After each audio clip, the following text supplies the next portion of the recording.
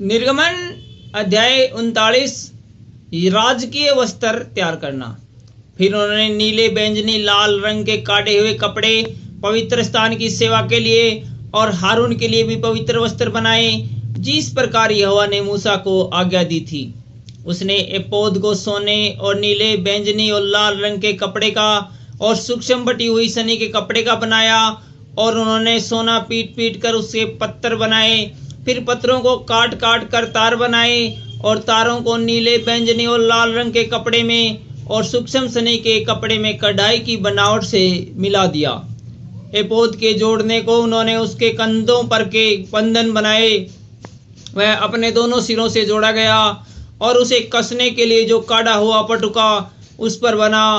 वह उसके साथ बिना जोड़ का और उसी की बनावट के अनुसार, अर्थात सोने और नीले, बैंगनी, लाल रंग के कपड़े का और सूक्ष्म बटी हुई सनी के कपड़े का बना, जिस प्रकार यहोवा ने मूसा को आज्ञा दी थी।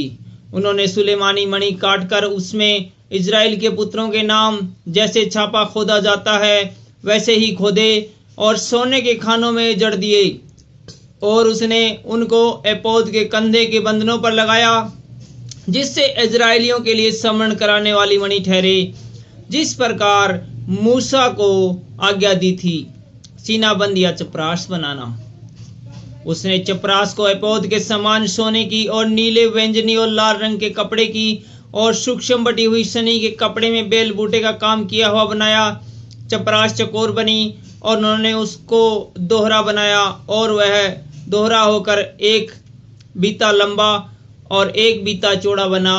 और उन्होंने उसमें 4 पंक्तियों में मणि जड़े। पहली पंक्ति में माणिक्य, पराग और लालड़ी जड़े गई, और दूसरी पंक्ति में मरकत, नीलमणि और हीरा, और तीसरी पंक्ति में लक्ष्यम, सूर्यकांत और नीलम, और चौथी पंक्ति में फिरोजा, सुलेमानी मणि और यशब जड़े। ये सब अलग अलग सीने के खानों में जड़े गए, और ये मणि इजराइल के पुत्रों के नाम की गिनती के अनुसार 12 थे, और 12 गोत्रों में से एक एक का नाम जैसा छापा खोदा जाता है वैसे ही खोदा गया। और उन्होंने चपरास पर डोरियों के समान गुथे हुए चोखे सोने की जंजीर बनाकर लगाई। फिर उन्होंने सोने के 2 खाने और सोने की 2 कड़ियां बनाकर दोनों कड़ियों को चपरास के दोनों सिरों पर लगाया। तब उन्होंने सोने की दोनों गुथी हुई जंजीरों को चपरास के सिरों पर की दोनों कड़ियों में लगाया, और गुथी हुई दोनों जंजीरों के दोनों बाकी सिरों को उन्होंने दोनों खानों में जड़ के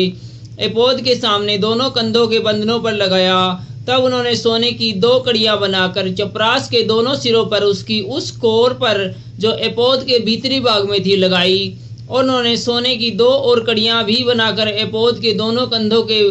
बंधनों पर नीचे से उसके सामने और जोड़ों के पास एपोद के काटे हुए पटुके पर लगाई। तब उन्होंने चपरास को उसकी कड़ियों के द्वारा एपोद की कड़ियों में नीले फीते से ऐसा बांधा कि वह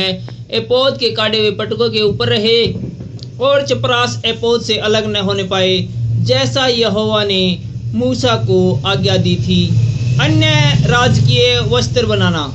फिर एपोद का बागा संपूर्ण नीले रंग का बनाया गया, और उसकी बनावट ऐसी हुई कि उसके बीच बख्तर के छेद के समान एक छेद बना, और छेद के चारों ओर एक चकोर बनी कि वह पलटने न पाए। उन्होंने उसके नीचे वाले घेरे में नीले, बैंगनी और लाल रंग के कपड़े के अनार बनाए। उन्होंने चोखे सोने की घंटियां भी बनाकर धागे के नीचे वाले घेरे के चारों ओर अनारों के बीच में लगाई, अर्थात बागे के नीचे वाले घेरे के चारों ओर एक सोने की घंटी और एक अनार, फिर एक सोने की घंटी और एक अनार लगाया कि उन्हें पहने हुए सेवा टहल करे, जैसा यहोवा ने मूसा को आज्ञा दी थी। फिर उन्होंने हारून और उसके पुत्रों के लिए बुनी हुई सूक्ष्म सनी के कपड़े के अंग रखे, और सूक्ष्म सनी के कपड़े की पगड़ी, और सूक्ष्म सनी के कपड़े की सुंदर टोपियां, और सूक्ष्म बटी हुई सनी के कपड़े की जांघिया, और सूक्ष्म बटी हुई सती के कपड़े की, और नीले, बैंगनी और लाल रंग की कढ़ाई का काम की हुई पगड़ी। इन सभी को जिस तरह यहोवा ने मूसा को आज्ञा दी थी वैसा ही बनाया। फिर उन्होंने पवित्र मुकुट की पटरी चोखे सोने की बनाई, और जैसे छापे में वैसे ही उसमें ये अक्षर खोदे गए, अर्थात यहोवा के लिए पवित्र। और उन्होंने उसमें नीला फीता लगाया, जिससे वह ऊपर पगड़ी पर रहे, जिस तरह यहोवा ने मूसा को आज्ञा दी थी। मिलाप वाले तंबू का तैयार होना। इस प्रकार मिलाप वाले तंबू के निवास का सब काम समाप्त हुआ और जिस जिस काम की आज्ञा यहोवा ने मूसा को दी थी इजराइलियों ने उसी के अनुसार किया। तब वे निवास को मूसा के पास ले आए, अर्थात गुंडिया, तख्ते, बेड़े, खंबे, कुर्सियां आदि सारे सामान समेत तंबू और लाल रंग से रंगी हुई मेढ़ों की खालों का ओढ़ना और सुइयों की खालों का ओढ़ना और बीच का पर्दा, डंडों सहित साक्षी पत्र का संदूक और प्रायश्चित का ढक्कन, सारे सामान समेत मेज और भेंट की रोटी, सारे सामान सहित दीवट और उसकी सजावट के दीपक और उजियाला देने के लिए तेल, सोने की वेदी और अभिषेक का तेल और सुगंधित धूप और तंबू के द्वार का पर्दा, पीतल की झंझरी, डंडों और सारे सामान समेत पीतल की वेदी और पाए समेत होदी, खंभों और कुर्सियों समेत आंगन के पर्दे और आंगन के द्वार का पर्दा और डोरियां और खूंटे और मिलाप वाले तंबू के निवास की सेवा का सारा सामान,